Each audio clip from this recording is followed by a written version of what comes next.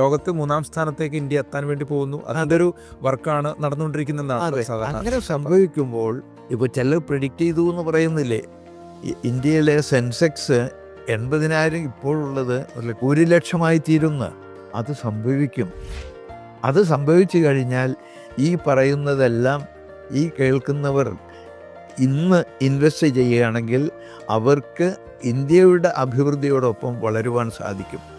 ഒരു രാഷ്ട്രത്തിൻ്റെ എക്കോണമിയുടെ ഇൻഡിക്കേറ്ററാണ് stock market index എന്ന് പറയുന്നത്.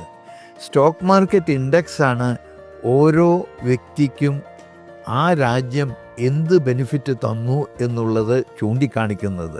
6 ഒക്കേഷനിൽ മാർക്കറ്റ് കുത്തനെ മുകളിലേക്ക് പോവുകയും കുത്തനെ താഴോട്ട് ഇടിയുകയും ചെയ്തിട്ടുണ്ട്. അങ്ങനെയൊക്കെ ഇടിഞ്ഞപ്പോൾ കാണാൻ സാധിച്ചത് ഒരു ഇടിയലുണ്ടായിട്ട് പിന്നെ ഉണ്ടാവുന്ന കുത്തനെ ഉണ്ടാവുന്ന മുകളിലേക്ക് പോകൽ അതിൻ്റെ നേരെ മുമ്പ് ഉയർന്നതിനേക്കാൾ കൂടുതലായിരിക്കും.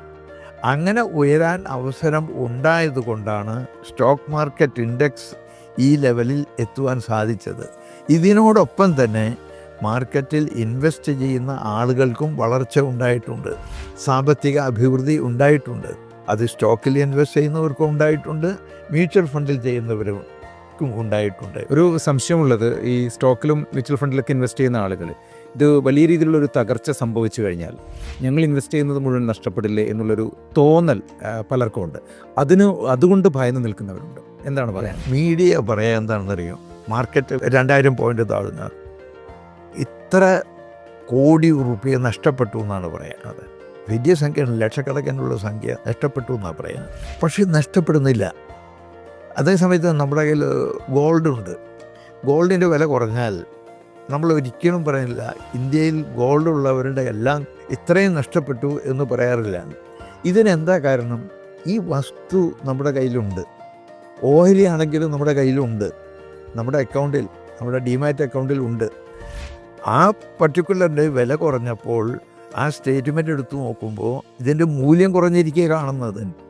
അല്ലാതെ 1 കോടി ഉണ്ടായിരുന്നത് ആ പർട്ടിക്കുലറുടെ 75 ലക്ഷമായി മാറിയപ്പോൾ നമ്മൾ 75 ലക്ഷം റുപ്യ വിറ്റ് പോക്കറ്റിലിട്ടിട്ടില്ല.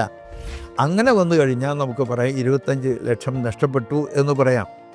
ഇവിടെ നഷ്ടപ്പെട്ടിട്ടില്ല, മൂല്യശോഷണേ വന്നിട്ടുള്ളൂ. മൂല്യശോഷണവും നഷ്ടപ്പെടലും രണ്ടും രണ്ടാണ്.